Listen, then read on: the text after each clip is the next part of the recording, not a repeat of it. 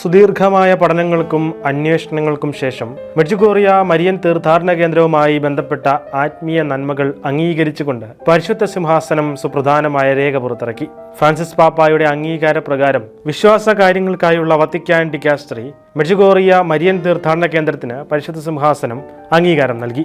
മെഡ്ജുഗോറിയയിലെ ഇടവകയിൽ പരിശുദ്ധ അമ്മയോടുള്ള പൊതുവണക്കം അനുവദിച്ച പരിശുദ്ധ സിംഹാസനം പക്ഷേ ഡിക്കാസ്റ്ററി പുറത്തുവിട്ട നുള്ള ഒസ്ത എന്ന രേഖയിൽ മെഡ്ജുഗോറിയയിൽ അമാനുഷികമായ എന്തെങ്കിലും ഉണ്ടോ എന്നതിനെക്കുറിച്ച് വ്യക്തമായി പ്രതിപാദിക്കുന്നില്ല. ലോകം മുഴുവൻ നിന്നുള്ള തീർത്ഥാടകർ മെഡ്ജുഗോറിയയിലേക്ക് എത്തുന്നത് എടുത്തു പറയുന്ന പരിശുദ്ധ സിംഹാസനത്തിന്റെ രേഖ വിശ്വാസ ജീവിതത്തിലേക്ക് നയിക്കുന്ന കാര്യങ്ങളാണ് മെഡ്ജുഗോറിയ മുന്നോട്ട് വയ്ക്കുന്നതെന്ന് അനുസ്മരിക്കുന്നു. നിരവധി ആളുകളാണ് ഈ ഭക്തി കേന്ദ്രത്തിൽ വിശ്വാസം തിരികെ കണ്ടെത്തി പരിവർത്തനത്തിലേക്ക് എത്തിയതെന്ന് പരിശുദ്ധ സിംഹാസനം വെളിപ്പെടുത്തി.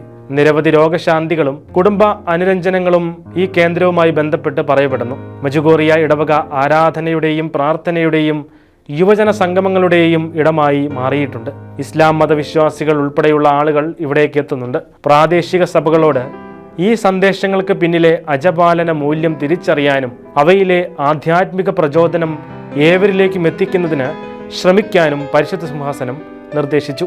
മെഡ്ജുഗോറിയയിലേക്ക് തീർത്ഥാടനം നടത്തുന്നവരോട് അവിടെ പരിശുദ്ധ അമ്മയുടെ സന്ദേശം സ്വീകരിക്കുന്നവരെ കാണാനല്ല, മറിച്ച് സമാധാനത്തിന്റെ രാജ്ഞിയായ പരിശുദ്ധ അമ്മയെ കണ്ടുമുട്ടാനാണ് നിങ്ങൾ പോകേണ്ടതെന്നും പരിശുദ്ധ സിംഹാസനം ഓർമ്മിപ്പിക്കുന്നു.